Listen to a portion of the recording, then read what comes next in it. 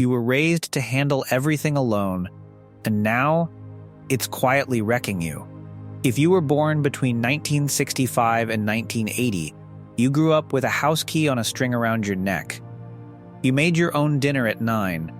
You watched your mother fight for a seat at tables that didn't want her. And somewhere in those years, you absorbed an unspoken rule: don't ask, don't complain, don't collapse. The world calls you resilient now, tough, capable, the woman who always figures it out.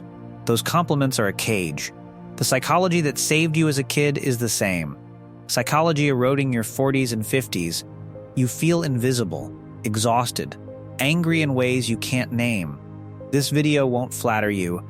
It will hand you back the part of yourself you were trained to hide. Let's start with the wound. The Gen X woman is the most misunderstood demographic alive right now. You were the first generation of girls told you could have it all, and the first generation to discover the bill. Psychologists are finally studying you. So are your daughters. So are your therapists, if you've let one in. I'm not going to sugarcoat what's coming. Some of this will sting, but by the end, you'll understand why you feel the way you feel, and exactly what to do about it. Here are the 6 psychological truths every Gen X woman needs to hear. 1.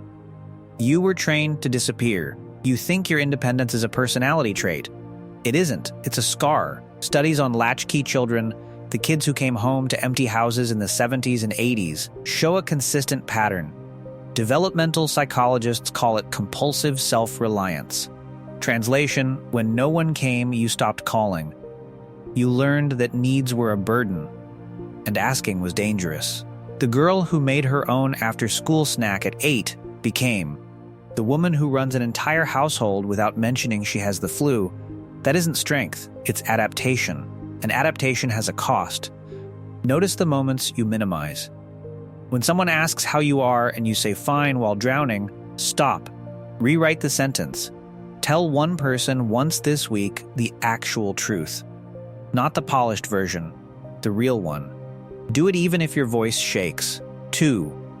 The have-it-all lie. You were sold a promise no generation before yours was offered. Career, marriage, children, body, friendships, passion, purpose, all of it simultaneously with a smile. The women who sold that vision never lived it. They sold a theory.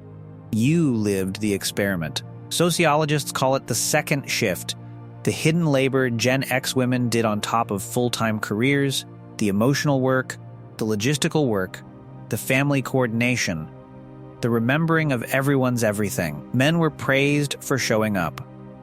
You were praised for not breaking. No wonder you're tired. You didn't fail the dream. The dream was rigged. Pick one ball you've been juggling out of obligation, not love. Drop it this month. Not delegate, drop. Watch what actually falls apart. Most of it was never yours to carry.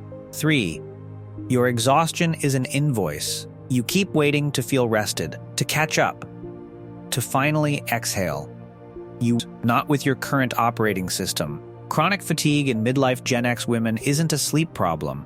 Researchers studying allostatic load, the cumulative toll of ongoing stress on the body, find that decades of hyperfunctioning literally remodel the nervous system. Your cortisol patterns shift. Your ability to rest degrades. You can sleep 10 hours and wake up tired because your body has forgotten what safety feels like. That isn't laziness. It's the bill coming due for 30 years of never sitting down. Stop treating rest as a reward for productivity. Schedule one non-negotiable hour this week where you do nothing useful. No folding laundry, no catching up. Sit, read, lie on the floor. Teach your nervous system that stillness won't punish you. 4. Hyper-independence is a trauma response. You pride yourself on not needing anyone. You call it strength. A good therapist calls it something else. Attachment researchers have a name for the pattern you're running: avoidant self-sufficiency. It develops in children whose needs were consistently unmet, not violently, often just quietly. The unreliable parent. The emotionally unavailable adult. The feeling that help wasn't coming, so help became unsafe to want. You stopped reaching. You built a fortress. And now, in your 40s and 50s, the fortress is lonely. The same thing that protected you at 10 is isolating you at 50. Ask for help this week in a small, specific way. Not a massive, vulnerable confession. A micro ask. Can you pick this up for me? Can we talk tonight? Can you just sit with me? Watch the discomfort rise, stay in it. That discomfort is the wound healing. 5. Midlife isn't a crisis, it's a reckoning. The culture keeps telling you you're having a crisis. Hormones, moods, rage, weeping in the car. That framing is a lie, and it's designed to keep you small. Perimenopause doesn't just change your body. Neuroscientists studying the perimenopausal brain document measurable shifts in the prefrontal cortex and amygdala, the regions governing tolerance, patience, and social performance. Translation: the biological filter that made you agreeable for 30 years is dismantling itself. You're not losing your mind, you're losing your willingness to perform. Everything you can no longer tolerate, that's data. Make a list of what's newly intolerable to you. People, obligations, silences, jobs, behaviors. Don't judge the list. Read it. That list is the map of the life you actually want. Pick one item. Address it before the month ends. 6. Reclaim the unapologetic woman. There was a version of you before you learned to shrink. She didn't apologize for taking up space. She didn't ask permission to be loud, to be wrong, to be wanting. You buried her around 12. Developmental psychologists studying girls in early adolescence document what they call the voice loss, the moment girls stop saying what they think because the world punishes it. For Gen X girls raised in the pre-feminist mainstream 70s and 80s, that loss was nearly universal. But the woman before the loss didn't die. She's underneath.